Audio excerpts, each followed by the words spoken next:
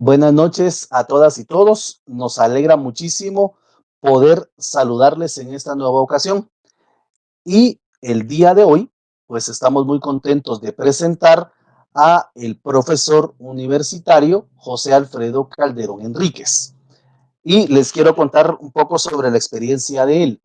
Él es profesional de 60 años con una amplia experiencia en el sector público, la sociedad civil, el sector académico y proyectos de organismos internacionales y nacionales, así como de la iniciativa privada. Ha sido asesor, consultor, funcionario ejecutivo, docente y facilitador con visión holística, fortalecida por la formación multidisciplinaria con un talante ético. Tiene la oportunidad de facilitar para construir, mediar y comunicar ideas y diseñar escenarios y políticas, así como trabajos para sistematizar información y efectuar análisis estratégico. Él es historiador, egresado de la Escuela de Historia y tiene una maestría. Además, se ha desarrollado como consultor y analista político del Instituto Centroamericano para los Estudios de la Democracia Social, DEMOS. Ha sido profesor en las universidades, en la Escuela de Historia, en la Universidad de San Carlos, en el área de antropología, en la Universidad Mariano Galvez, en la Escuela de Criminología, en la Universidad de Occidente de Guatemala, en la Facultad de Ciencias Forenses e Investigación Criminal. Es especialista en investigación en derechos humanos. Además, ha sido asesor en análisis estratégico del procurador, del director nacional de educación y promoción e investigación de casos paradigmáticos de la Procuraduría de los Derechos Humanos. Ha sido consultor para el Banco Interamericano de Desarrollo, para UNESCO, para la Agencia Española de Cooperación Internacional para el Desarrollo, para USAID y para el Proyecto de Naciones Unidas para el Desarrollo en temas diversos. Es consultor, sintetizador de diversos temas y es columnista de la revista Crónica y expositor de diversos medios de comunicación social. El día de hoy, el maestro Calderón nos hablará sobre la crisis política en el marco de la pandemia. Así que muchísimas gracias, maestro, por aceptar nuestra invitación y le dejamos en el uso de la palabra agradeciendo el espacio. Sabemos que ha sido una semana muy ocupada y le agradecemos el espacio para esta conferencia en la cual aprenderemos muchísimo. Así que bienvenido. Muchas gracias, Julio. Pues para mí es un gusto hacer lo que más me gusta. Yo creo que se nota mucho cuando en mis intervenciones. Y no es que enseñe absolutamente nada. Lo mío es provocar. Por eso constantemente digo, ir y provocar a todos es la misión para tratar de generar, de inquietar, de provocar, como ya dije. Pues reitero el agradecimiento, el gran gusto por ver de nuevo caras conocidas de antaño y otros más recientes. Lo que vamos a intentar en poco tiempo realmente, porque esto daría para una conferencia de una semana o más todos los días, pero hay que ir al inicio. Como buenos historiadores, primero tenemos que explicar cómo es que llega Alejandro Yamatei. Eh, ¿Cómo y por qué?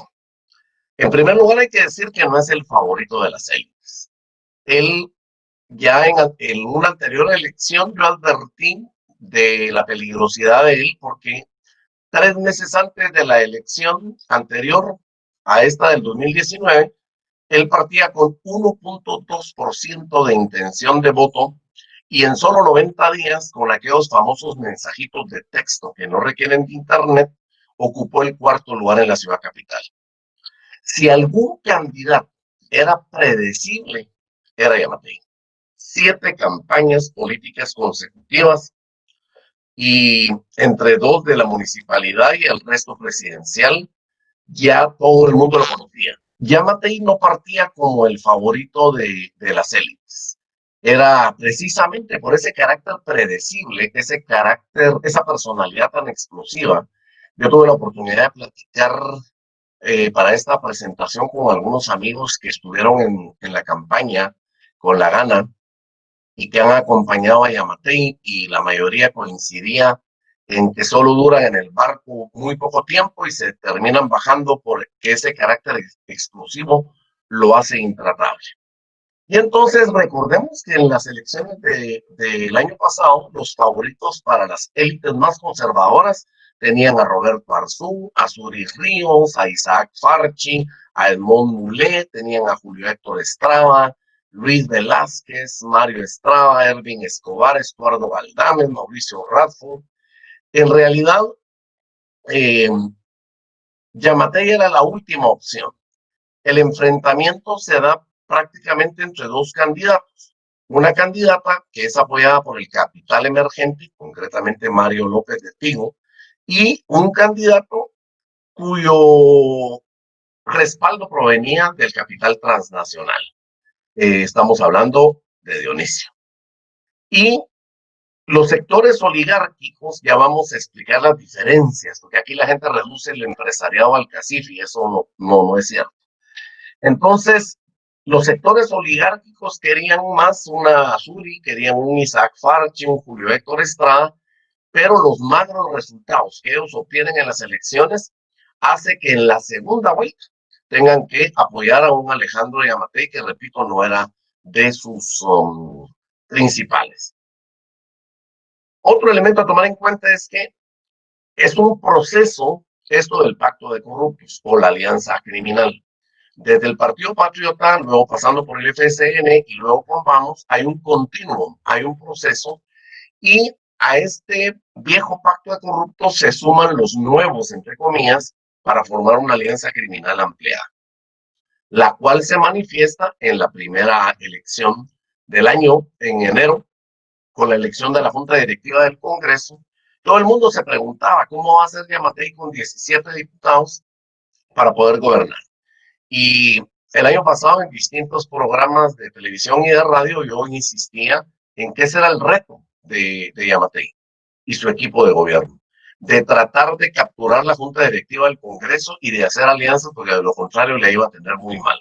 Y no solo gana la elección del Congreso en alianza con lo peor del país, sino que coopta todas las condiciones principales de trabajo, lo cual ya vamos a ver detenidamente. Pero después de eso, logra otra gran victoria este grupo, esta clica, porque eso es realmente, hay que decirlo con su nombre, logra cooptar el Tribunal Supremo Electoral. O sea, ya están pensando en el 2023. Por eso hay un plan estratégico. A veces los subestimamos y decimos que Yamatei es un tonto y que los chafas. No, de tontos no tienen absolutamente un pelo y además tienen la experiencia en la manipulación.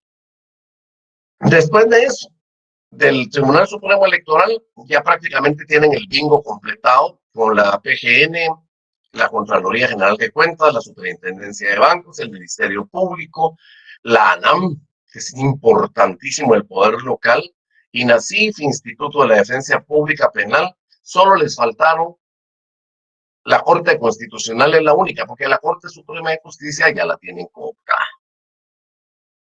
Los mapas nos dan una visión muy importante en política para interpretar.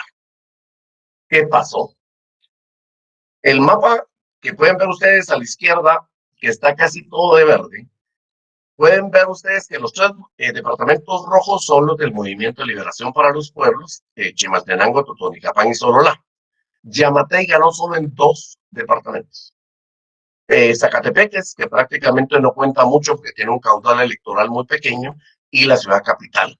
Este es un presidente capitalino. Pero en tan solo 4 semanas, ni siquiera un mes completo, el mapa segundo cambia radicalmente. Y aún así, miren todavía el verde que tuvo, porque hay mucho poder local, muchas diputaciones alcanzadas por la UNE. Pero ¿qué pasó?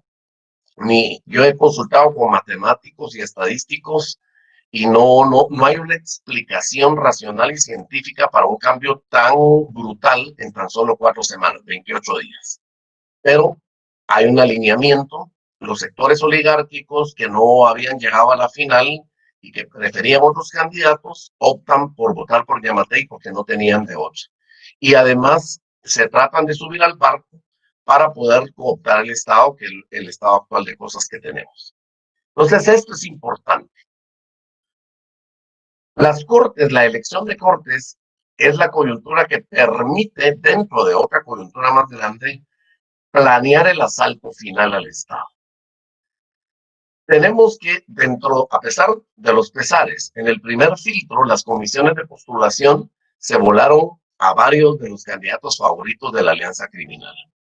Luego, muchos otros, aunque no fueron eliminados, fueron evidenciados por la FESI, la Fiscalía Especial contra la Impunidad, y el Ministerio Público.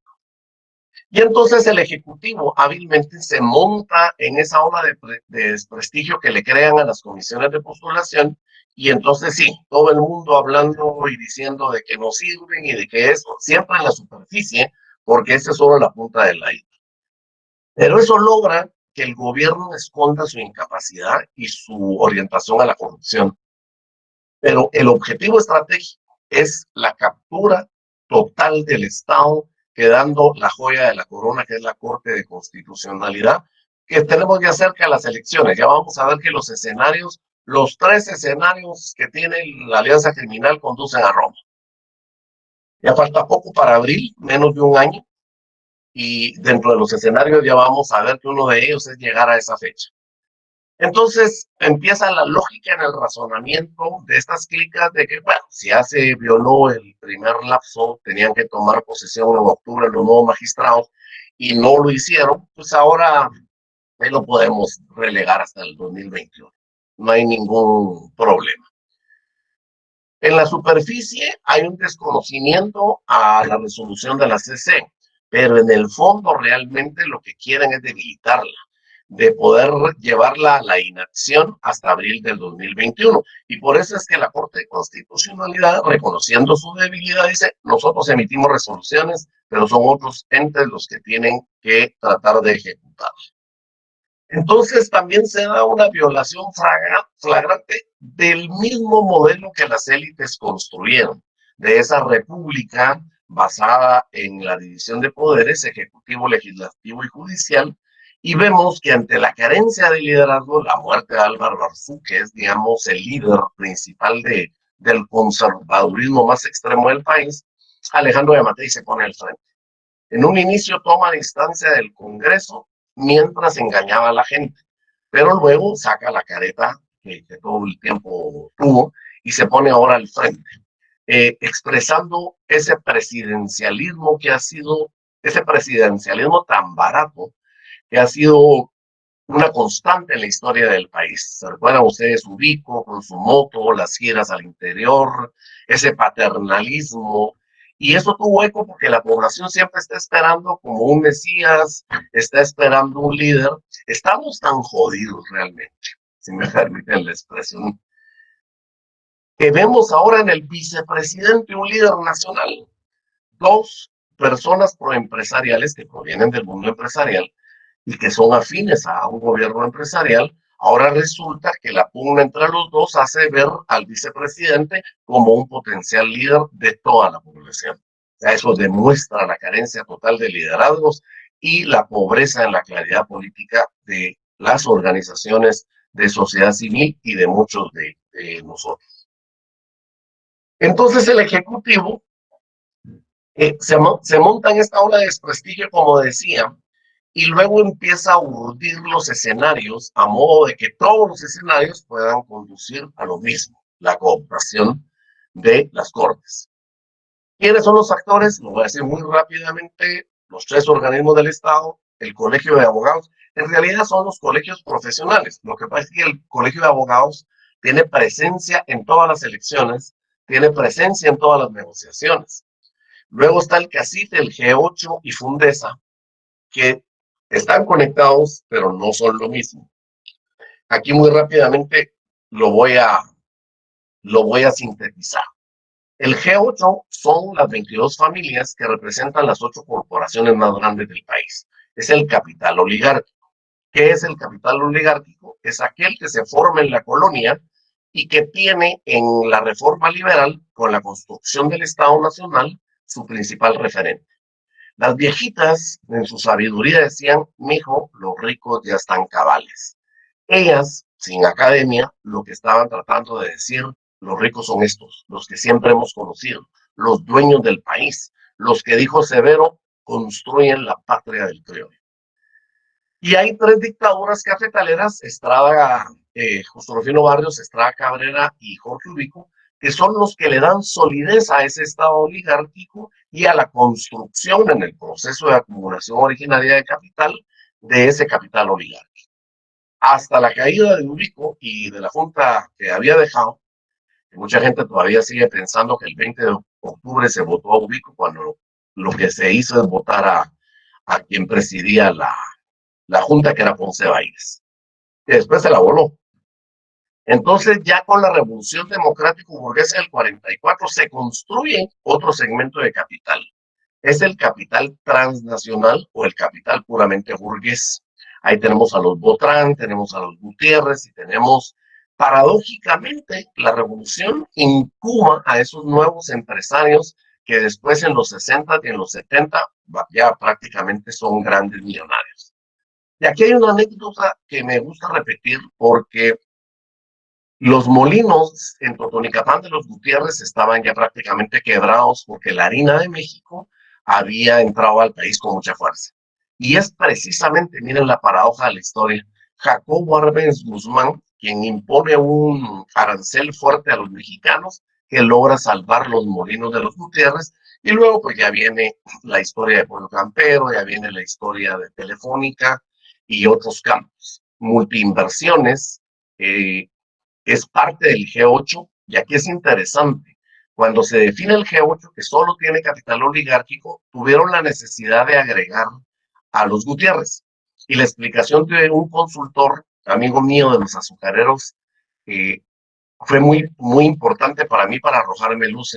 Me dijo, el G8 se define porque están los 7 ingenios azucareros más importantes, condensado en el poder de los bancos, más multiinversiones.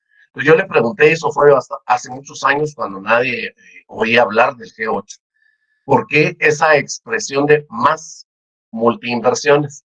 Porque ellos tienen mucho dinero pero no tienen pedigrí. Eso es lo que separa al G8 del capital transnacional.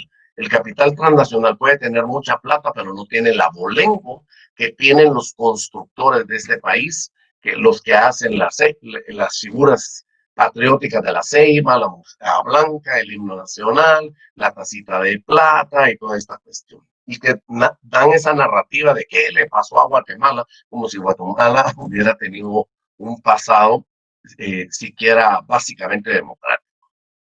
Y luego finalmente está el capital emergente, que empieza a surgir con fuerza en los 80. ¿Se recuerdan de aquel Edgar Galvez, un narco que era dueño del Banco Imperial de Cobán Alta Verapaz y que lo matan con un francotirador al bajar de su helicóptero? Y él es el más conocido de este capital emergente. Y luego viene Mario López, siempre en los 80. Mario López es financista de la campaña de la DC de Vinicio Cerezo y luego se convierte en el poderosísimo, único billonario en Centroamérica. Eso no es poco decir. Y él se jacta, él no pertenece al CACIF, y se jacta de ello. Incluso se recuerdan de aquellos famosos Tigo Fest, que eran como sus piñatas. Gastaba una cantidad de plata tremenda porque era su mensaje contra el capital oligárquico fundamentalmente, pero también contra el capital transnacional. Y le gustaba mucho estar en mangas de camisa precisamente para marcar esa diferencia. Y por otro lado está el crimen organizado, el cual no vemos, pero que está incrustado dentro de las élites, dentro de estos segmentos de grupos, y ya no digamos en la política. Hice esta aseveración un poquito larga porque la gente tiende a decir es que eso del CACIF. No, el CACIF es un grupo de cámaras empresariales que absorbe el desgaste político, pero que es básicamente una entidad administrativa. Y Fundesa es el brazo social del G8. Pero viene el G8 y para mantenerse siempre invisible, es la mano que mece la cuna, mezcla elementos del CACIF con elementos del G8. Y entonces forma la Fundesa, que se encarga más de los imaginarios sociales, de hablar de hacer no solo visible, sino dominante el concepto de desarrollo. Son quienes crearon el Movimiento Cívico Nacional, de Gloria Álvarez, de Rodrigo Arenas, que todavía está ligado al proceso, que ahora es el director de República GT, que es el vocero de estos grupos recalcitrantes. Entonces hay que distinguir bien estas diferencias, porque el CACIF es un grupo de empleados de muy alto nivel, de mucha confianza, pero quienes parten el queso, los que dominan el país realmente es el G8, pero han tenido que repartir el pastel y hay cambios en el bloque, en el poder, y como lo tenemos ahorita, donde ya vamos a explicar cuáles son los segmentos empresariales dominantes en esta coyuntura. Luego están las iglesias, las MIPYMES y el cooperativismo. Por cierto que hay un freno al desarrollo del cooperativismo. Había alcanzado un movimiento muy fuerte a partir del gran impacto económico que tiene en la economía. Luego están los pueblos indígenas y las autoridades ancestrales, que no son lo mismo. También aquí hay un problema metodológico político. La academia, si algo el sistema ha sabido hacer es esconder la academia en los tanques de pensamiento. Y por supuesto que el principal es así, es un tanque de pensamiento donde Raquel Zelaya es quien maneja los hilos del poder y que durante las dictaduras militares estuvieron apoyando y que ahora todos los gobiernos también se han dejado asistir de este tanque de pensamiento. Las universidades, el movimiento estudiantil y campesino, los sindicatos cooptados, prácticamente todos los grandes, los importantes, sociedad civil y movimiento por los derechos humanos, los partidos políticos, PDH, comunidad internacional y sistema de ONU, ejército, asociaciones civiles diversas, que vamos a hablar de ellas, y el crimen organizado y poderes paralelos. ¿Qué lograron alinear el pacto de corruptos? Casi todo. Sin más, los tres organismos del Estado, liderados sin ser líder, porque es el que está a cargo, pero su liderazgo es mínimo, y por eso es que la popularidad no hemos llegado ni siquiera a cumplir 7 meses de gobierno, y la porosidad que manifiesta tantos cambios en el gabinete reflejan las pugnas y la falta de liderazgo precisamente. Ya no digamos, en ningún momento fue estadista ni tuvo ningún elemento de estadista.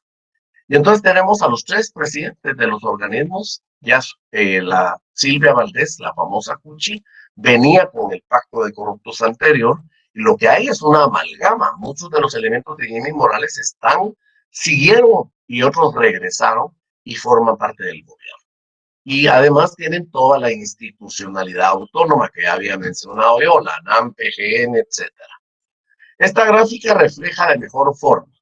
Aquí están los personajes, aquí vemos al presidente del Congreso en la foto central con Rolando Miguel Ovalle Barrios de la ANAM, Maynor Franco Custodio en el TSE, Marco Livio Díaz Reyes, que por cierto acaba de salir un reportaje muy revelador de Nómada, de sus vínculos con los Alejos y con empresas y sectores bien conservadores, Eric Vargas Sierra de la Superintendencia de Bancos, doña Consuelito, que todos conocemos, está la Cuchi Valdés, Silvia Patricia, Jorge Luis Donado, que fue señalado por la CICIG. Se recuerdan que solo estuvo una semana como jefe del Ministerio Público y de ahí se lo bajaron.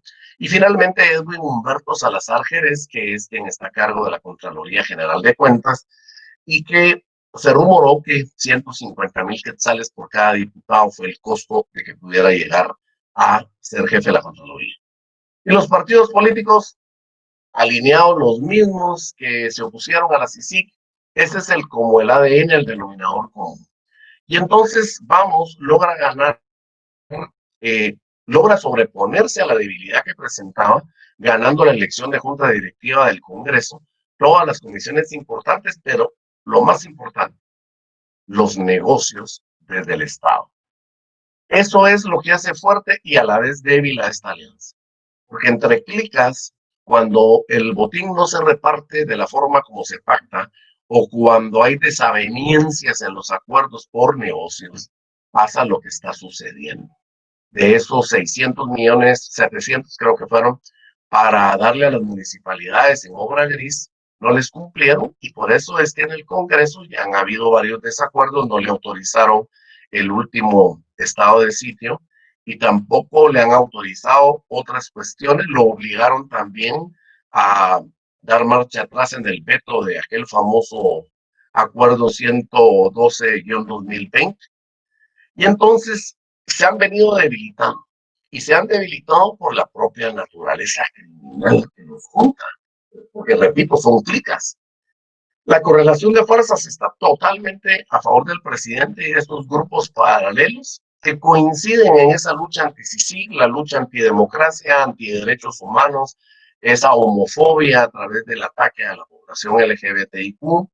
Y entonces la oposición en el Congreso se reduce a una UNE muy debilitada, que ya tiene abiertamente dos bancadas, una que lidera el diputado Vargas, que es gente de Sandra Torres, y la otra liderada por Orlando Blanco, Carlos Barreda y digamos la parte fuerte e histórica de la UNE. Y luego tenemos el apoyo débil de partidos que van desde el centro a la izquierda, Semilla, WINAC, URNG, y algunos diputados independientes. Uno de los elementos efectivos que tuvo la alianza criminal es partir a bien, por ejemplo.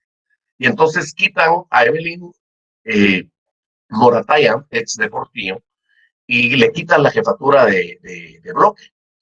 Y Fidel Reyes Lee, que ya venía también desde el anterior pacto corrupto, se queda como jefe de bloque y logran partir la bancada. Y entonces tenemos a una diputada Villagrán, a Evelyn y quizá otro diputado por ahí, son tres los que votan más o menos coyunturalmente con el resto de oposición. Luego el empresariado organizado, y aquí refuerzo lo que había dicho, que es el G8, y incluso la iniciativa de Yamatei no prospera porque la reforma constitucional le atrae, pero ellos van más por reforma, por la propuesta de este Ayau, y de Manuel Ayau, y al no tener esa versión, simplemente no la apoyaron, por eso se cayó tan rápido. Pero a ellos, ¿por qué entonces apoyan a Yamatei? Porque les interesa algo muy importante, la impunidad. Eso es lo que los amalgama. Y básicamente impunidad para poder tener financiamiento ilícito, porque a ellos ya no les vuelve a pasar lo del año pasado. Ahora sí se van a unificar y ahí lo van a ver en el 2023.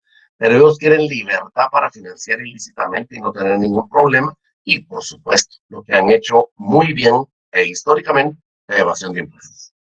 Entonces tenemos a los últimos tres presidentes del CACIF son los más conservadores. Marco Augusto Noriega, desde los bancos, que fue el antepenúltimo. El penúltimo, que fue Juan Carlos Tefel, que viene de la industria, y Nils Leporowski, que viene de Anacafé.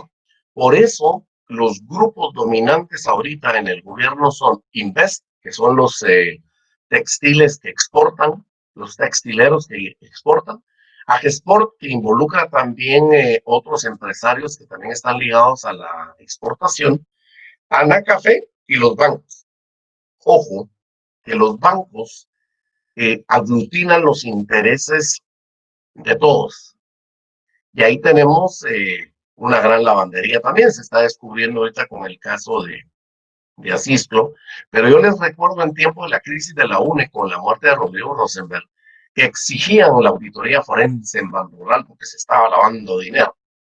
Y Edgar Parkin, me recuerdo que en una jugada brillante dijo, bueno, está bien, vamos a hacer la auditoría forense, él era el superintendente de bancos. Eso sí, hacemos la auditoría forense en todo el sistema.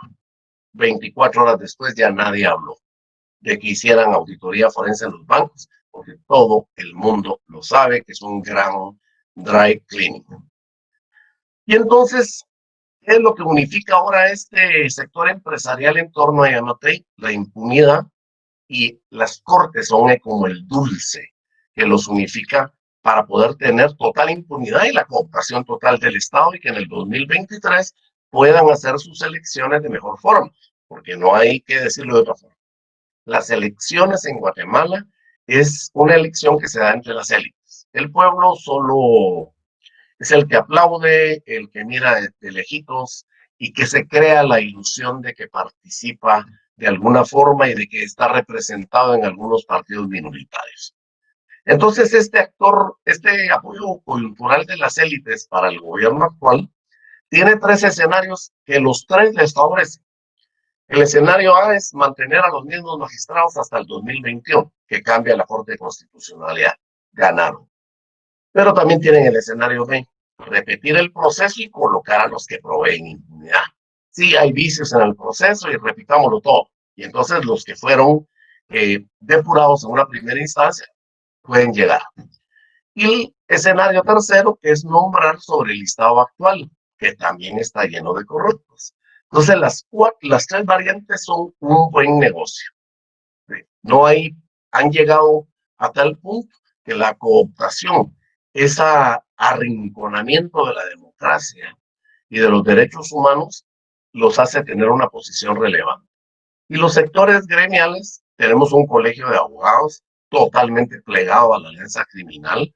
El presidente del colegio, Ovidio Toniel Orellana Marroquín, ojo con los apellidos, no son casuales, están alineados. Pero también hay una serie de asociaciones civiles. Una movida hábil de las élites fue crear este movimiento cívico nacional, crean también la Liga Pro Patria, Guatemala Inmortal, Fundación contra el Terrorismo, y hay otras más moderadas como Guatemala Visible, la Fundación esta FUNCEPA de Sergio País Andrade, está el Grupo de los Abogados de Misco, pero todos estos son asociaciones civiles paralelas que se mantienen a salto de mata. Unas veces apoyan totalmente y descaradamente, otras veces no tanto. Hay un hecho fundamental que opera en contra de la alianza criminal: el tiempo y la correlación de fuerzas en las elecciones de Estados Unidos. Trump está en sus días más grises y ellos aquí en Guatemala sienten que ya se les acaba el tiempo y que un cambio en la Casa Blanca, mantener la mayoría demócrata en el Congreso y perder el Senado sería terrible para ellos. Por eso es que la urgencia de que antes de que sean las elecciones en Estados Unidos, tratar de cooptar y no dejar ninguna opción a los sectores democráticos en el país. Luego tenemos la academia y las universidades. Lamentablemente nuestra USAC muy de capa caída. De hecho, la reforma constitucional que impulsó el presidente se basó en una iniciativa de USAC, URL, y así es. Pero yo creo que tanto USAC como URL pueden renovar votos, diríamos, y presentarse como alternativas ajenas al gobierno central. Pero eso depende de una serie de cambios y movimientos políticos. Hay otros tanques de pensamiento sólidos como Avanzo, como INSEP, que no fueron tomados en cuenta, y hay más todavía, los de propios institutos de investigaciones, el CEUR, el IPNUSAC de nuestra alma mater, y la UFM, la Francisco Marroquín, fíjense que presenta una situación particular. Es la universidad más ideologizada hacia la extrema derecha, pero esa misma condición, ese conservadurismo, ese neoliberalismo ultrans, los aísla. Uno, por cuestión de clase, y otro por cuestión de que incluso discrepan con las diversas corrientes de derecha. Y entonces eso hace que no se convierta como en el tanque de pensamiento del empresariado, que fue el sueño con el que fue construido. Luego el ejército. El ejército ya dejó, hasta 1993, el ejército fue un factor equilibrante del poder, el status quo. O el Serranazo, la Asamblea de Sectores Civiles, se recuerdan ustedes, las reformas constitucionales, pero luego el ejército fue puesto en vitrina pública por los mismos norteamericanos y ahorita están más preocupados. Esa línea de la línea dura y la institucional se borró, forma una sola clica y la preocupación mayor es no caer capturados, ya sea por Interpol o por la misma justicia guatemalteca. Y luego tenemos que ese peso político perdido hace, junto a estos negocios ilícitos, esta amalgama de negocios ilícitos del que forman parte, que el apoyo del presidente también no sea incondicional, no está firmado en piedra, en cualquier momento se le pueden voltear. Y por otra parte, el crimen organizado, que logró filtrar al ejército, a todas las instituciones civiles y militares, partidos políticos y al empresariado. El empresariado, sobre todo el capital oligárquico y el transnacional, no se sienten cómodos. Bueno, eso fue una incomodidad inicial. Pero cuando de negocios se trata, dicen sí. Pero bueno, hay que hacerle frente, igual que el apoyo a Yamatei. Inicialmente no les parecía, pero luego, en segunda instancia, y no porque Sandra Torres represente una ala reformista, una verdadera alternativa, sino porque es otra clica con la que ellos no habían llegado a negocios. Sandra, y va a salir a luz ahorita en el caso de este Francisco Valladares Jr., que parte de esa plata no solo servía para privilegiar a Tigo, sino servía para financiar. El candidato vicepresidencial de Sandra abiertamente lo puso Mario López, el ex canciller. Y luego tenemos otros sectores no políticos, las iglesias protestantes, pero básicamente las pentecostales y neopentecostales. Muy rápidamente hay una diferencia. Los pentecostales son las iglesias pobres evangélicas. Los neopentecostales son aquellos que se basan en la teoría de la prosperidad. A Dios le interesa los feligreses prósperos, que tienen plata. Siguen con un apoyo incondicional al presidente y al nuevo pacto. La Iglesia Católica, que ahora ya tiene arzobispo, si bien es cierto que Gonzalo de Villa es miembro de las élites por su nacimiento, su cuna, pero por su formación jesuita mantiene todavía cierta reserva, distancia y precaución, aunque en última instancia siempre se va a decantar por las élites. Pero habrá que ver si alguna acción estratégica por parte de los sectores excluidos, donde nos incluimos nosotros, puede encontrar eco en esta nueva etapa de la Iglesia Católica. El sistema de Naciones Unidas, por su misma naturaleza, es un sistema muy diplomático.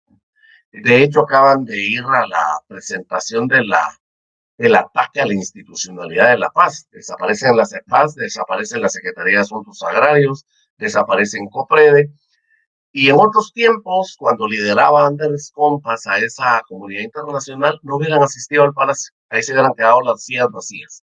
Pero la naturaleza de los diplomáticos es así. Y en tiempos de crisis y cuando ya no tienen liderazgos, como repito, el de Anders Compas, entonces ahora siguen el juego del gobierno de turno. Yo platiqué con varios diplomáticos y con el propio Anders Compas y sí les pagaron duro, muy duro. Incluso la ida de Anders no fue con su anuencia. Yo estuve en una reunión donde la esposa hace un dramático saludo de despedida y que refleja que fue más una acción del pacto de corruptos que una decisión propiamente dicha del gobierno de Suecia. Pero Anders lograba romper un poco ese carácter diplomático y los unificaba. Golpeado él cuando lo sacaron del país, cambió la dinámica totalmente.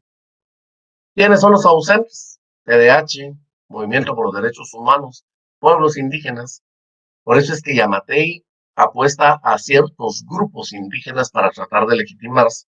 Movimiento campesino, estudiantil y sindical, aunque los sindicatos ya están muy débiles y los fuertes están totalmente cooptados, como el de salud pública y el de educación. El cooperativismo, sector de mujeres, que aunque ha estado fuerte puramente en las reivindicaciones propiamente del sector, que ese es otro problema. La falta de unidad en gran parte se debe a esa ONGización que hubo del movimiento social. Y entonces esa mentalidad ONGera que tiene que ver con sectarismos más de gremio de negocio es lo que tanto daño ha hecho. Y finalmente, como digo, gran parte de la sociedad civil. Pero vamos, no es una unidad granítica, ya lo dije, hay muchas luchas entre ellos. La alianza se ha venido desgranando. Y Yamatei, si bien es afín a las élites, no los representa. Aquí hay un término que se usó durante la colonia, los famosos advenedizos. Yamatei es un advenedizo. Claro que está emparentado con los Falla, con los Aycinena, pero toda esta clase política ya solo le quedó el abolengo, no le quedó la plata. Los Valladares Molina, también otros, bueno, se recuperaron por las abuelitas, aquellas matos, se recuerdan ustedes, matos Aycinena, y por los negocios ilícitos. Pero de lo contrario, ellos ya estaban prácticamente solo con el título de abolengo, sin ninguna plata. Luego tenemos que hay un apoyo empresarial que no es homogéneo. El protagonismo cultural, ya lo dije, corresponde a los textileros, a los exportadores, cafetaleros y banqueros. Los banqueros son muy hábiles porque los banqueros, como condensan los intereses de todo el empresariado, siempre están moviéndose constantemente. Y cuando hay que apretar, incluso las mismas élites, ¿se recuerdan ustedes cuando Dionisio le hacen hasta la payasada de la boina, de que era izquierdista, que apoyaba a Iván Velázquez de la CICIG, y después no tuvo ningún empacho en aparecer en los medios despotricando contra el comisionado y contra la CICIG? Muy propio y marcan diferencia con estas élites oligárquicas que sí se creen dueñas del país, son los blancos. De hecho, yo participé hace muchos años en un censo, en una encuesta, y en Guatemala era impresionante cómo mucha gente todavía se define como blanco y europeo entre las élites. La cofradía, ¿se recuerdan ustedes que el sindicato tenía dos grandes grupos? El sindicato a cargo de Otto Pérez Molina y la cofradía con Ortega Menal. Ahora quien gobierna es la cofradía, el jefe de la otra clica sigue en prisión y se ha hecho más fuerte. Sin embargo, han surgido autonomías relativas. Primero de los hermanos de Edgar Kasprowitz, que son tres, y que se juntan con los Melgar Padilla para hacerse más fuertes, pero además surgen otros dos elementos de poder con los que muchos no contaban.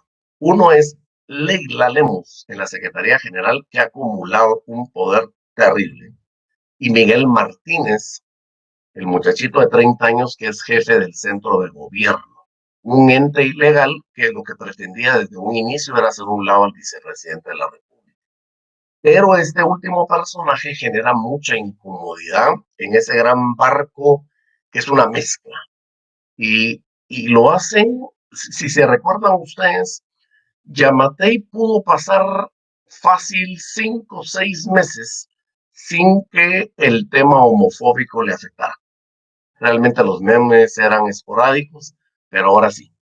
Ya la actuación de este jovenazo Miguel Martínez y el desgaste propio de la presidencia hace que ahora todos los días aparezca ese tema y que en un país donde es muy fácil activar la homofobia, el machismo, la misoginia, el odio y activar también el miedo que lo tenemos instalado.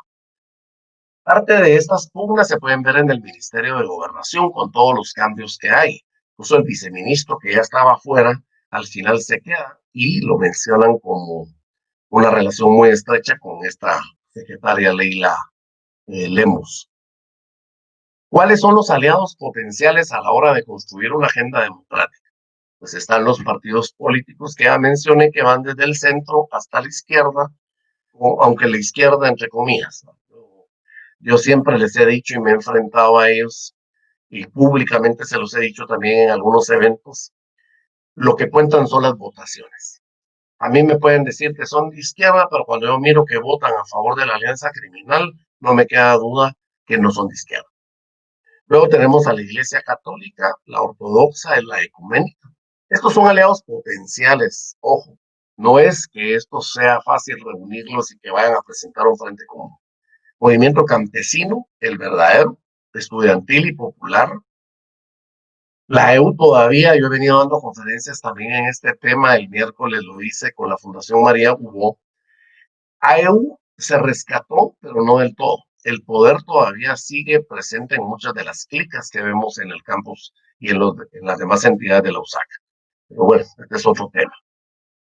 Tanques de pensamiento que no han sido tomados en cuenta pueden ser tomados en cuenta ahora.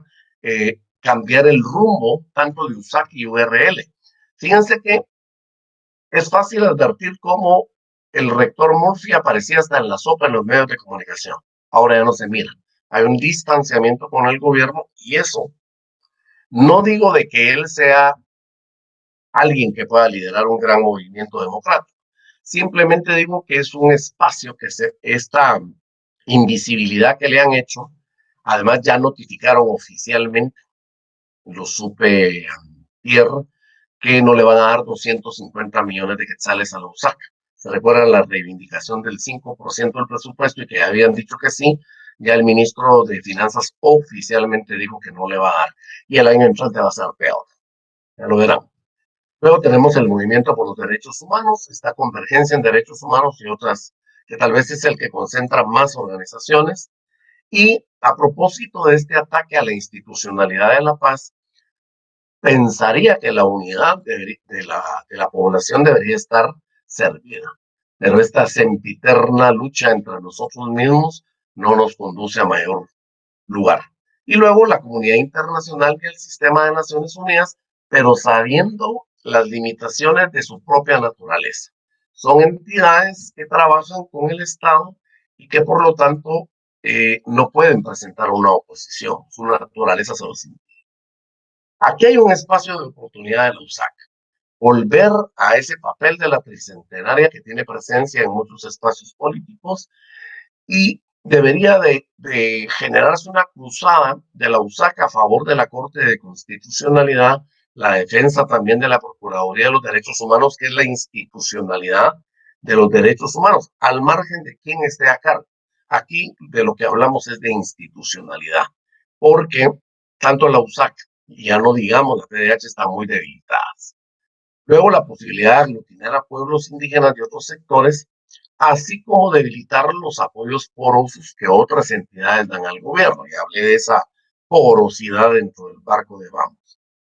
Es una gran oportunidad la que tiene USAC y quienes la formamos, la comunidad universitaria, porque la USAC no es el rector, no es el Consejo Superior Universitario, aunque formen parte de él. La universidad somos todos, egresados, estudiantes, profesores, trabajadores, y las personas que se benefician también de la USAC, porque eso es algo que se ha mantenido siempre desvalorado, y es esa proyección social que a través de clínicas, a través de muchos espacios ha tenido y sigue teniendo la USAC. Entonces hay que entender que la correlación de fuerzas está en contra. Este es el Congreso. Miren ustedes, una bancada mínima resulta ganando la elección de junta directiva. Esa cantidad de 52 diputados de una ya no existe más. Y, y son, la mayoría de diputados se mueven por golpe de chequera. Y tenemos una izquierda que en WINAC, díganme ustedes, si no conocieran a Aldo Dávila, que otro diputado tiene alguna visibilidad. URDG está peor. Y entonces hay otros diputados o diputadas un poquito más al centro que empiezan a cobrar notoriedad, a pesar de que su naturaleza es conservadora. Incluso hay un protagonismo de Semilla con 7 diputados. Y en las votaciones, como repito, pónganle atención a las votaciones y van a ver que hay sectores que se llaman de izquierda que votan a favor de las iniciativas de la Alianza Criminal. Y eso, pues, obviamente, dice mucho de su orientación política. Y vean ustedes, no solo fue la Junta Directiva. Vamos logra capturar las comisiones de finanzas, gobernación, asuntos electorales y apoyo técnico. La UCN, un narcopartido definido ya públicamente por Estados Unidos, logra la de comunicaciones, ambiente y deporte. Valor tiene educación, agricultura, ciencia y tecnología.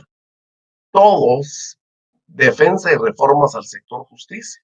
FCN, que está en proceso o estaba en proceso de disolución, tiene energía y minas y desarrollo social. Bien, pero la parte oscura de bien, como ya les dije, se había partido en dos, tiene turismo, legislación y puntos constitucionales. Imagínense. Unionista tiene economía y Viva tiene salud y asistencia social y asuntos municipales. Esto les da una idea del grado de cooptación del Estado. Aquí incluso la distribución del Congreso sigue igual. Las mujeres en franca minoría, 129 hombres y 31 mujeres, pero de esas 31 mujeres la mayoría son conservadoras y parte de ese sistema patriarcal machista que está impregnado en la política también, como en los diversos espacios. Una junta directiva que prácticamente es una clica. La primera vicepresidenta, que ahora es presidenta en funciones, pertenece a un partido perseguido por los Estados Unidos y que esta investigación de Cisco Valladares Jr. conduce nuevamente a Mario Estrada. Tenemos a dos elementos del riosmontismo, que son el segundo y el tercer vicepresidente, Luis Alfonso Rosales, ex procurador general de la Nación en tiempo del gobierno FRGista. Y tenemos a Armando Damián Castillo, que es agente de Suri. Luego está Felipe Alejos, que ya no requiere presentación. El secretario segundo, Luis Pereira, que viene del PP, que ha estado señalado por diversas cuestiones. Carlos Santiago Nájera de la UNE, que es uno de los que rompe y que se alía de inmediato al pacto de corruptos y que tiene un proceso interno de expulsión. Y hay algunos nuevos que se incorporan, como el presidente que está ahorita malito en el hospital militar, y estos tercer y cuarto secretarios. Entonces lo que vemos es que hay un continuo, un proceso que viene desde el PP, FSN y que se consolida ahorita con Vamos. Finalizo con esto. ¿Qué es lo que se viene? Un capitalismo tropical, le llamo yo, porque esto no es un capitalismo serio, en su peor manifestación. Las violaciones a los derechos van a ser, como no tienen idea, la necesidad económica de la gente. Esto va a ser terrible.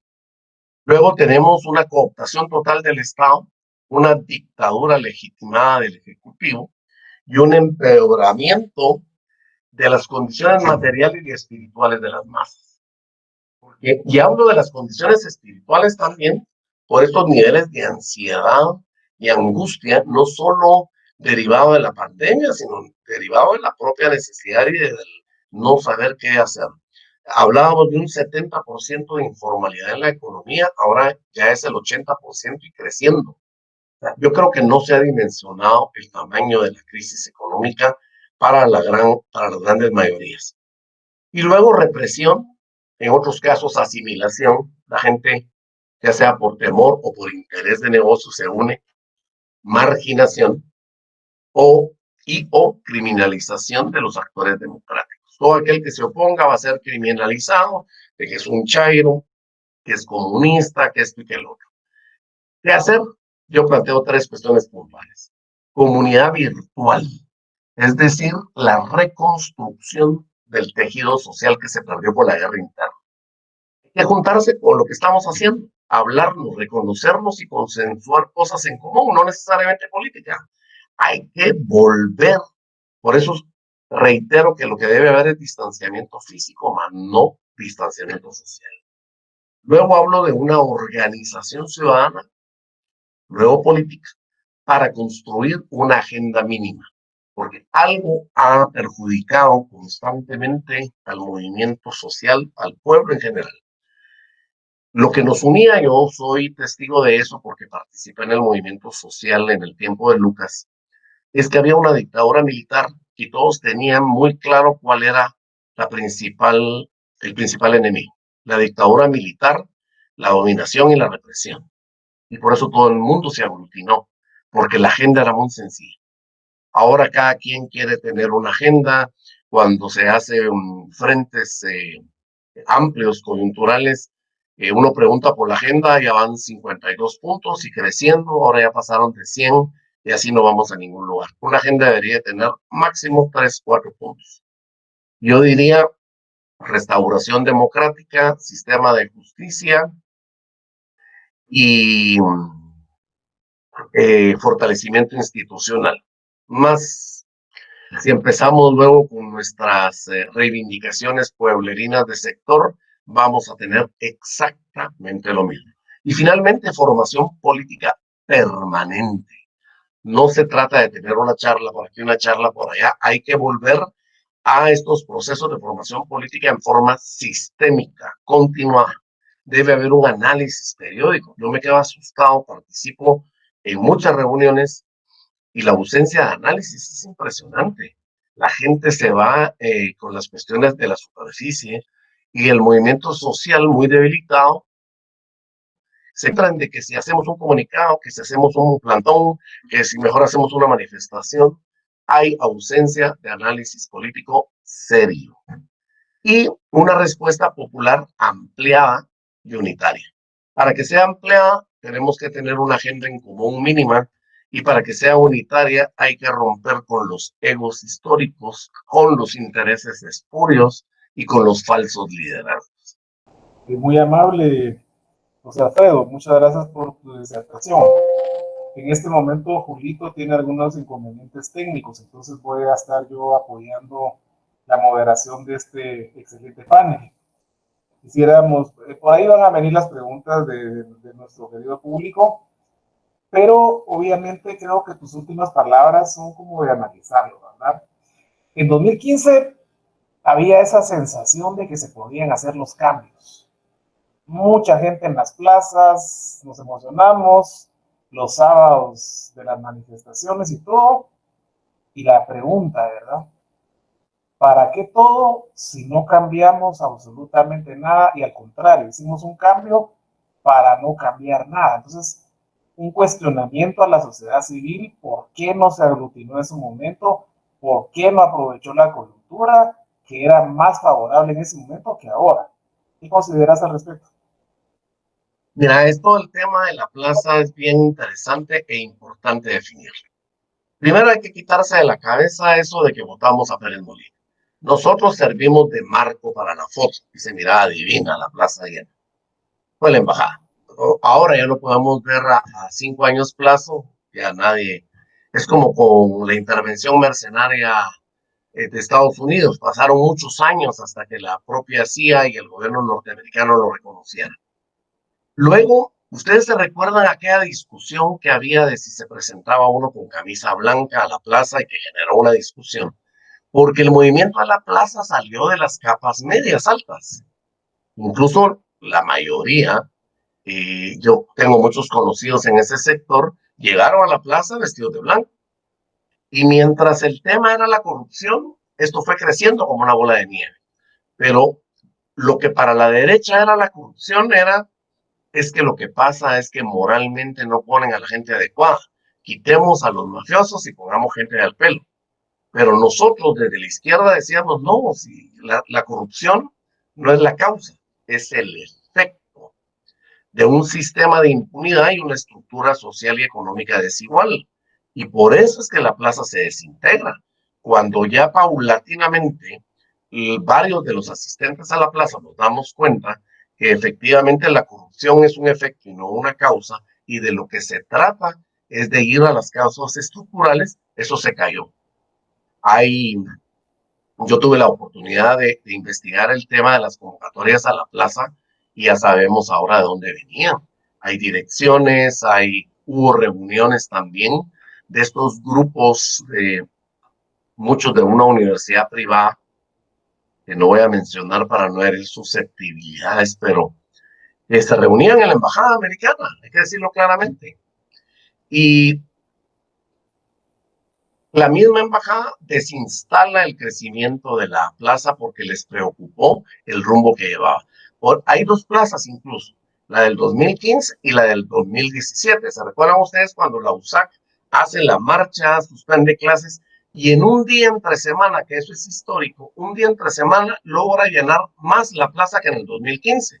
Lo que sucede es de que los medios no lo cubrieron de esa forma y porque mucha gente parecía como la Meca, como peregrinación Esquipulas, que llegaba y se salía de la plaza.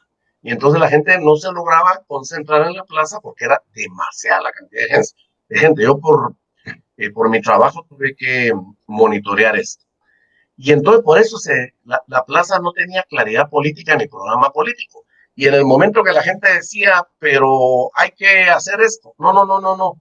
Aquí es sin banderas, sin ideología, no deben de haber liderazgos.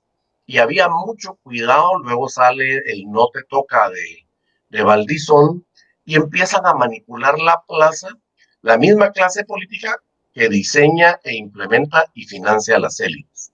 Por eso es que la plaza hay que verla en su justa dimensión. La corrupción es un efecto del sistema de impunidad. Por eso, CICIG sale de Guatemala por dos cosas fundamentales. Uno, el rumbo que tomó el juicio por genocidio. Y dos, haber sentado al G8. Cuando se sientan ahí los Castillo, se sientan y se mencionan los novelas, porque los novelas no los sentaron. Estaba también los azucareros. Cuando ellos se recuerdan, ustedes le piden perdón a sus familias, a ellos mismos y a la nación. Esa es la salida de la CICIG. Haber descubierto quién era el G8 y que evadían impuestos, todo el mundo lo sabía, pero nadie lo señalaba, y que además eran los que históricamente financiaban las campañas políticas para apropiarse del poder.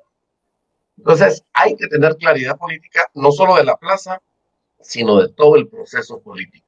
Por eso es tan importante hacer una agenda mínima que pueda aglutinar a la mayor cantidad de grupos y personas. Muchas gracias, José Alfredo. Con respecto a esta agenda que estás planteando, justamente nos pregunta Edwin García, ¿quiénes deberían liderar esa organización social o hay esos actores en potencia?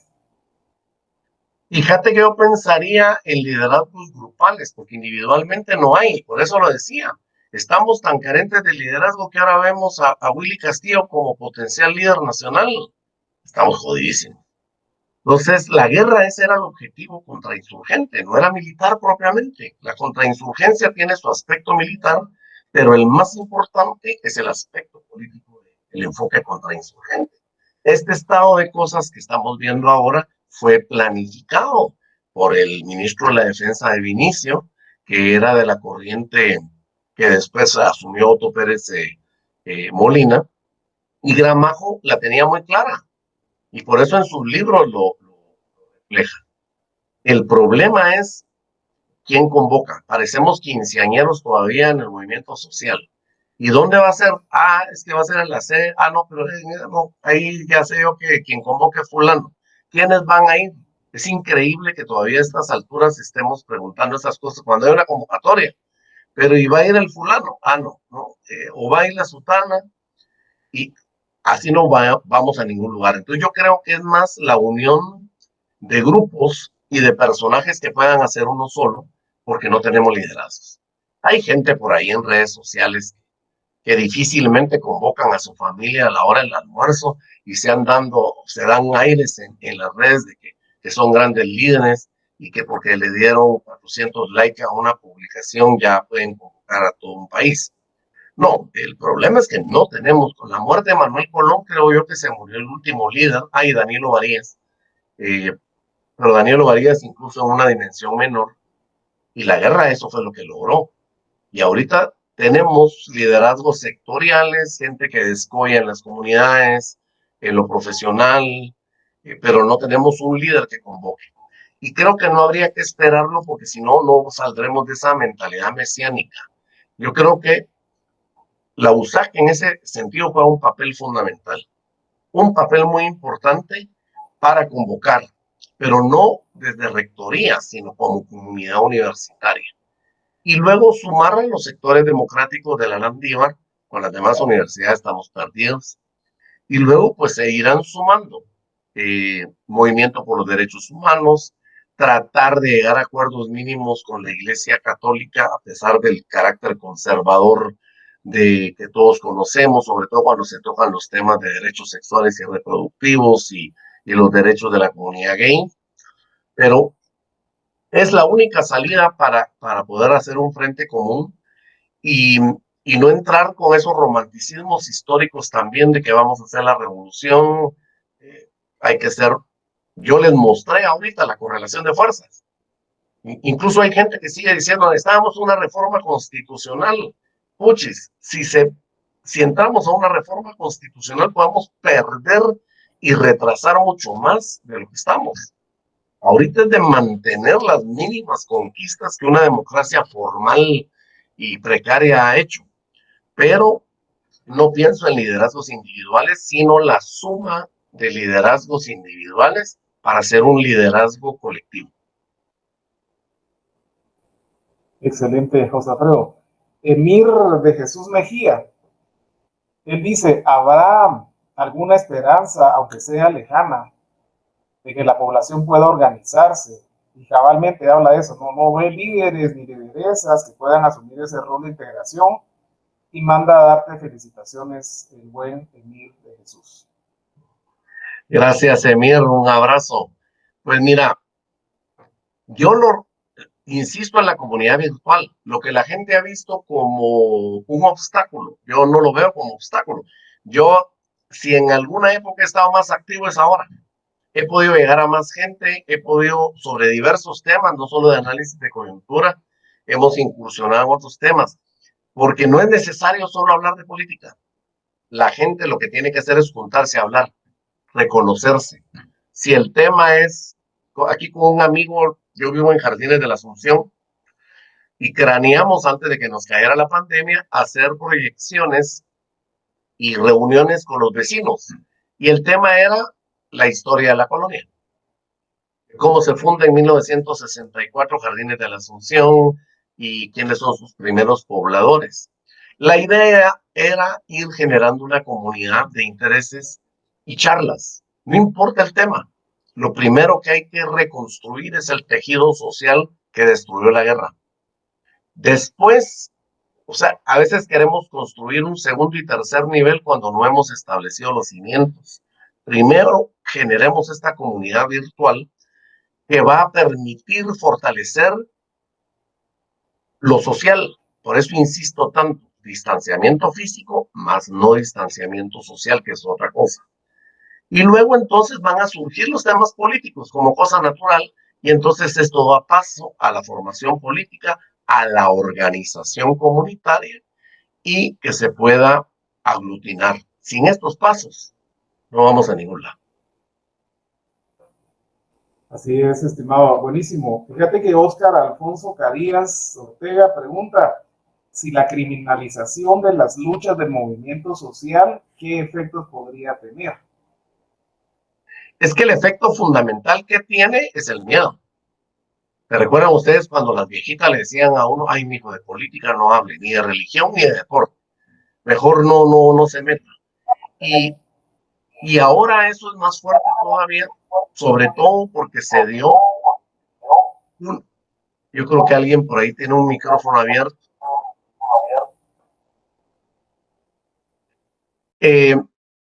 Ahora es peor porque incluso hay un vacío generacional que dejó la guerra. Y entonces no hubo como una estafeta. Y los jóvenes de ahora tienen una naturaleza millennial, aunque no lo reconozcan. Y entonces no, los viejos ya son pasados, nosotros ya somos otra onda, somos la onda. Y no hubo ese proceso de aprendizaje que heredamos. Las dirigencias estudiantiles, lo acabo de decir, en el pasado estaban muy politizadas. Yo me recuerdo que estaba en la primaria y yo me leía todos los diarios. ¿Por qué? Porque aprendí de mi papá.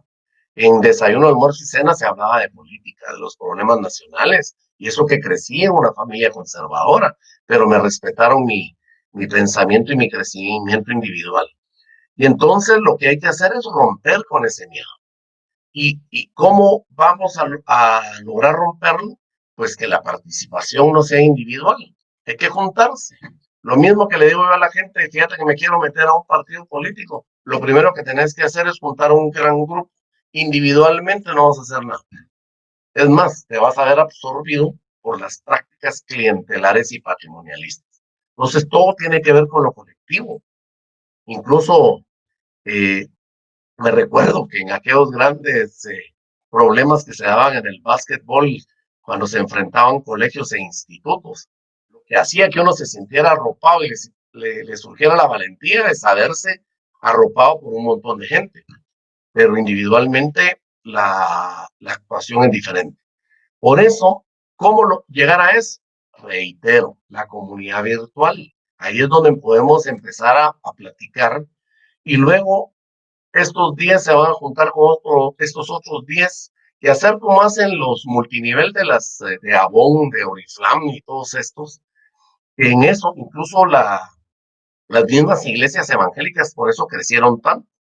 Y a través de estas corporaciones tipo araña, y nosotros lo podemos hacer desde lo virtual, con la ventaja que podemos estar en un día en 4 o 5 reuniones, lo cual antes era imposible por la presencia física que a veces le quedaba a uno muy distante. Pero ese es el origen. Si sabemos cómo empezar, la única forma de romper el miedo es haciéndonos UPA e identificando lo que nos une, no lo que nos desune. Porque si algo, como decía Dante Liano, escritor guatemalteco radicado en Milán, Italia, que casi nadie conoce y que mucha gente cree que es futbolista. En Guatemala, la descalificación y el ninguneo es un deporte olímpico. Y cuando hay 20 izquierdistas, se dan 44 proyectos diferentes. En cambio, la derecha la tiene más fácil. La derecha simplemente financia y ordena lo que hay que hacer. Este es el objetivo. Y si no tenemos este recurso, lo compramos. Y ahí se prestan también aquellos que se llaman de izquierda para aparecer en estos gobiernos promilitares y proempresariales. Porque ya identifiqué a muchísimos que en los 70 y 80 pues llevaban la voz revolucionaria y ahora son parte del sistema.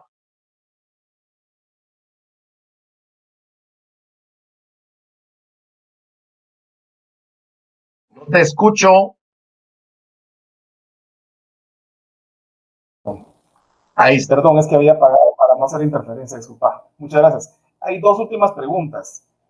Les voy a plantear de una vez, porque tienen las dos, están ligadas de alguna manera, solo que en polos opuestos, ¿verdad? Por ejemplo, dice Vicente Tobar, ¿qué papel le ves a la dirigencia magisterial en esta coyuntura? Y el colega Oscar Alfonso Carías pregunta, ¿cuál crees que sea el rol del MLP en esta coyuntura actual? Bueno, con el magisterio la tenemos clara. El liderazgo dominante lo tiene Joviel. Y ya sabemos Joviel para quién trabaja. A eso no. Si algo es predecible, es Joviel. Yo estoy pensando, incluso el movimiento sindical como tal no se podría tomar en cuenta porque ya está muy debilitado y los únicos que no fueron debilitados están total y absolutamente cooptados con el Estado. Con el Estado y con los grupos paralelos, que es lo más jodido. La otra pregunta de Oscar Carías, repetímela por favor. Sobre el movimiento de liberación de los pueblos. Sí, MLP. Pues mira, yo creo que hubo una sobredimensión de la que fueron víctimas los propios compañeros. Yo tuve la oportunidad de dar procesos de formación política con ellos y ya cercano a las elecciones, pues yo ya no tuve cercanía, fueron otras personas las que se acercaron y había como que lo vi también durante la guerra, ¿va? Cuando ya se pretendía que la revolución se había alcanzado, estaba a la vuelta de la esquina. Y me decía, vamos a tener por lo menos 30 y pico de diputados, de no sé cuántos alcaldes, y le dije, no se engañen. La candidatura de Telma Cabrera es una, y la estructura del MLP es otra. No se vayan a asustar con los resultados van a ser muy malos. No, ¿cómo vas a creer? Bah, me metí en una bronca tremenda, y ahí está el resultado. Una diputada que prácticamente no existe dentro del Congreso, porque además se aislaron con relación a las demás organizaciones y partidos políticos. Y entonces ahora, como no se integraron, yo les pregunto a gente de WINAC, de ORNG, de Semilla, mira muchachos, ¿por qué no jalan, aunque solo sea una diputada? Y realmente hay un distanciamiento total. No cuentan, no tuvieron ni un alcalde. Y lo que pasa es de que Telma Cabrera se nutrió de diferentes fuentes. Yo me quedé impresionado, yo tengo algunas amigas de la pequeña burguesía y otras un poquito más arriba, y algunas con su cabeza bien amueblada me decían, vamos a votar por Telma por ser mujer y por ser la contra del sistema. Pero el MLP sin nada que ver. Siempre hacía la distinción entre el movimiento indígena, el MLP y la candidata. La candidata logró esos votos, pero no los logra por su misma base del MLP, ni siquiera de la base social indígena. Es un voto básicamente urbano, fíjense ustedes, interesante, y logran 3 departamentos en la primera vuelta, que son Chimaltenango, Sololaito, Tonicapán. Está bien centralizado los votos. Yo en su oportunidad hice un análisis y lo preví, y les dije, esta es una candidatura muy especial. Además, la gente asociaba el nombre de Telma a la otra Telma, y como Telma Aldana ya no pudo participar, se volcó mucha gente. Yo identifiqué como 5 corrientes de voto de Telma Cabrera. Ninguna tenía que ver con el MLP. El MLP, creo yo que se sobreestimó y eso le provocó lo que está pasando. Invisibilidad, incapacidad de negociación, nadie toma en cuenta la única diputada. Lo lamento porque hay personas que estimo dentro del MLP, respeto, conozco, he platicado mucho con Telma y la respeto mucho también, una persona con la autoformación y que viene desde la base, pero no les alcanzó. Y yo no veo que estén trabajando para el 2023. Y yo creo que el 2023 va a ser una copia del 2019, pero peor. Ahorita, desgraciadamente, si vamos a empezar ahorita, tal vez en el 2027 se logre algo. Lástima grande porque el MLP pintaba para mucho más, pero ahorita simplemente no existe, ni dentro del Congreso, ni en el imaginario. La gente hablaba de Telma Cabrera. Le pasa algo similar que a Yamatei. Si ustedes se fijan, nadie habla de Vamos como partido de gobierno. La gente dice Yamatei, o si mucho, el partido de Yamatei. Vamos no existe en el imaginario de la gente. Es otra de las debilidades. Pero por eso es tan importante el aglutinamiento de los sectores. Uno solo no convoca, uno solo no representa fuerza. Entonces lo que hay que hacer es unificar todos los grupos pequeños y medianos, obviamente con un pensamiento democrático que nos haga compatibles para poder iniciar cualquier proyecto. Porque cualquier movimiento sin proyecto político pasa lo que le pasó a la plaza. Esa es la explicación más sencilla. ¿Por qué se cae la plaza? Porque nunca tuvo proyecto político. Todo era que alegre, y entonces la gente se aburrió y empezaron a surgir las bucelas. Ya que no tengo nada que decir, ya que no tengo nada que hacer, no hay discursos ni nada, pues pasémosla bien, ¿verdad?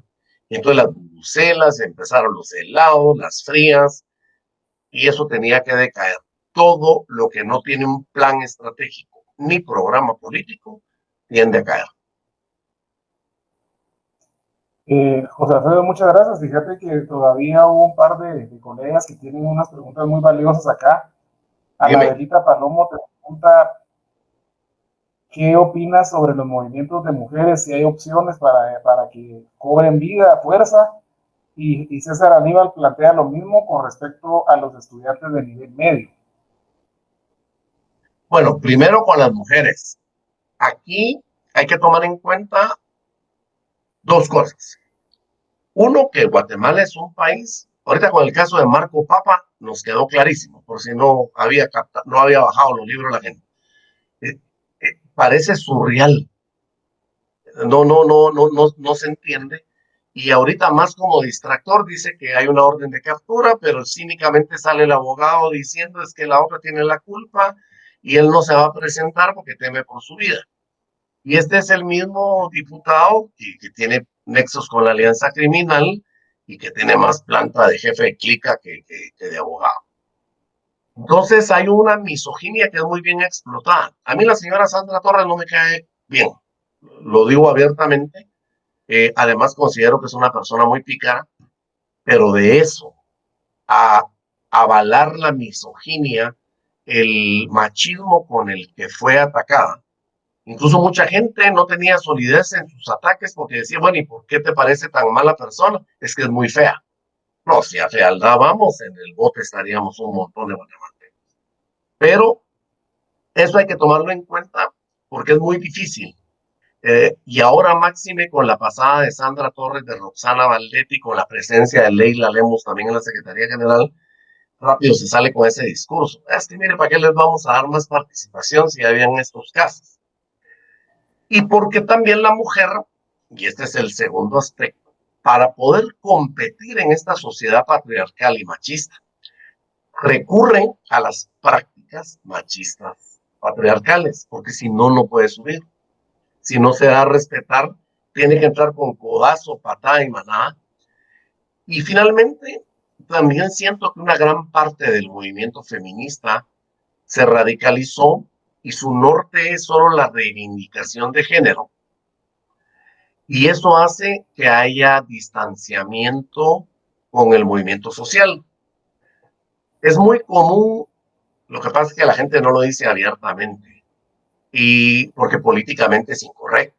Pero cuando uno habla con las personas en el tú a tú, ay, sí, hombre, no hay que darle la contraria, porque ya ves cómo se ponen, pero públicamente, pues, tanto la pertinencia étnica como la pertinencia de género, todo el mundo, a cualquier político, a cualquier académico que lo entreviste, va a decir que sí, que efectivamente hay que ir de la mano, pero eso no es cierto. No es cierto porque voz off, la mentalidad y el discurso es totalmente diferente. Entonces yo creo que debe haber un acercamiento, una ampliación del horizonte político de los movimientos feministas hasta donde yo conozco. No quiero descalificar tampoco porque este país está formado por mujeres en su mayoría y sin mujeres no vamos a ningún lado. Y históricamente, incluso yo platicaba recientemente por mi trabajo en las investigaciones paradigmáticas, tuve que entrevistar a combatientes y ellos me decían sobre la gran injusticia que había cometido la historia, porque incluso cuando los comandantes escribieron sus libros, no aparece la mujer, ¿no? Parece que solo los hombres combatían y solo cuando realmente hay una serie de actos de heroísmo de las mujeres que quedaron invisibilizados en los libros, en la historia y en los testimonios. Pero esto sigue. Lo que pasa es que ahora ya se mide la gente en público, pero el machismo, la misoginia, sigue campeando en el país. Y creo que también han habido algunos errores que lo que hace ahora es separar el movimiento feminista, es visto como un movimiento aparte, como una reivindicación muy particular, cuando si algunas tienen que reivindicar derechos son ellas, porque históricamente han sido relegadas, al igual que pueblos indígenas. Entonces lo veo complicado si no hay un acercamiento mutuo y nosotros también los varones no reconocemos históricamente las culpas que tenemos directa o indirectamente y que somos parte de ese machismo, de ese sistema patriarcal. Pero sí lo veo complicado, sí, no solo mujeres, pueblos indígenas, LGBTIQ, pobladores, incluso hay un elemento fundamental. En el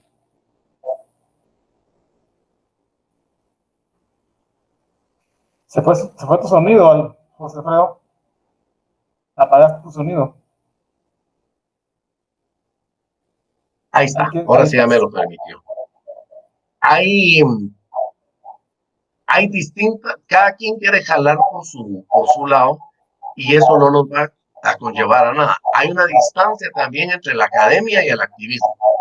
El activista dice al académico, no, siempre están en su burbuja y que leen mucho y son muy creídos.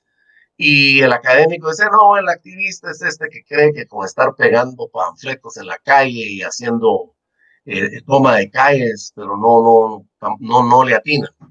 Entonces en el 2016 generamos un movimiento que desafortunadamente ya no se pudo continuar por muchas razones, pero también hay que acercar a la academia al activista y viceversa. Uno sin el otro no puede hacer mayor cosa. Yo sigo detestando esa academia y por eso yo soy tan enemigo de los títulos, porque eso creo yo que ha venido también a distanciar más y a mí me encanta mi nombre seca, ¿no?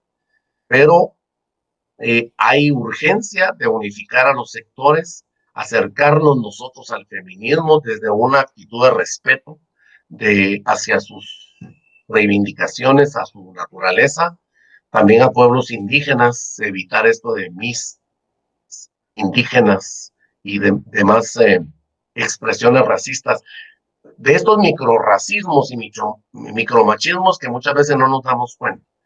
Pero eso requiere juntarnos, hablar, conocernos. Vuelvo a la comunidad virtual por las condiciones de la pandemia. Yo tengo este sábado una reunión con el PEM. Precisamente esa es parte de lo que yo considero que hay que fortalecer, los docentes. Es igual que a los estudiantes se les entra por los profesores. Eso de estar haciendo charlas aisladas, que juntemos a las secciones ABC, eso no funciona. Con quien hay que trabajar es con el profesor. Y vos, Salva, lo sabes, yo siempre he participado del axioma magisterial. En el aula pasa únicamente lo que el profesor quiere. Y eso ha hecho que a pesar de tanto gobierno de derecha y gobierno militar, siempre el magisterio haya ido navegando. No es con educación media, es a través de formación. Formación, claro. Formación. ¿Por medio de quién? De sus profesores. Si el profesor está perdido, el estudiante va a estar perdido. Entonces, por eso, a pesar de lo cansado que a veces se vuelve, hoy a las 4 voy a estar con un compa Manuel Martínez, que es del FPEM, que yo no conocía, me contactó por Messenger y me voy a dirigir a la comunidad. Y también, no, este sábado es en la Galvez, perdón, porque también hay que ir a las privadas. He ido a la del Valle, a la Landívar, ahora voy a trabajar virtualmente con la Galvez y con FPEM va a ser el sábado 29 de agosto. Entonces lo que hay que hacer es eso. Para fortalecer el movimiento estudiantil de educación media hay que entrar por los profesores. Y a los profesores es que se les tiene que dar claridad política y demostrarles la necesidad de esa claridad política que conduce a un programa político.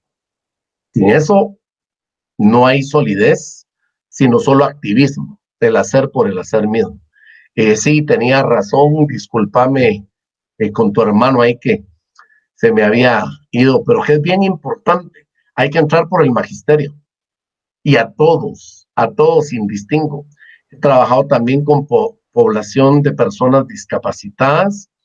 Estuve recientemente en Jalapa, llevo ya varias conferencias y me tienen un público cautivo porque la PDH coordinó con la Dirección Departamental de Jalapa. Entonces tengo 150 profesores que se conectan porque es directriz de la Dirección Departamental. Y entonces ahora ya se picaron y ya no necesito, pero siempre la convocatoria es conjunta PDH y la Dirección Departamental. Y pues hay mucha gente ahí que seguramente no piensa como yo, pero les llega el mensaje. Y entonces se hace labor de hormiguita, porque esos profesores lo reproducen. Mira, el mejor ejemplo es la lectura. Yo les decía en mi caso, yo en la primaria, yo me leía Prensa Libre, El Gráfico, La Nación, La Hora, El Imparcial, la Hora Dominical, leía el Reader Digest, me leía todo, pero ¿por qué? Porque yo miraba a mi papá leer y él me inducía a leer.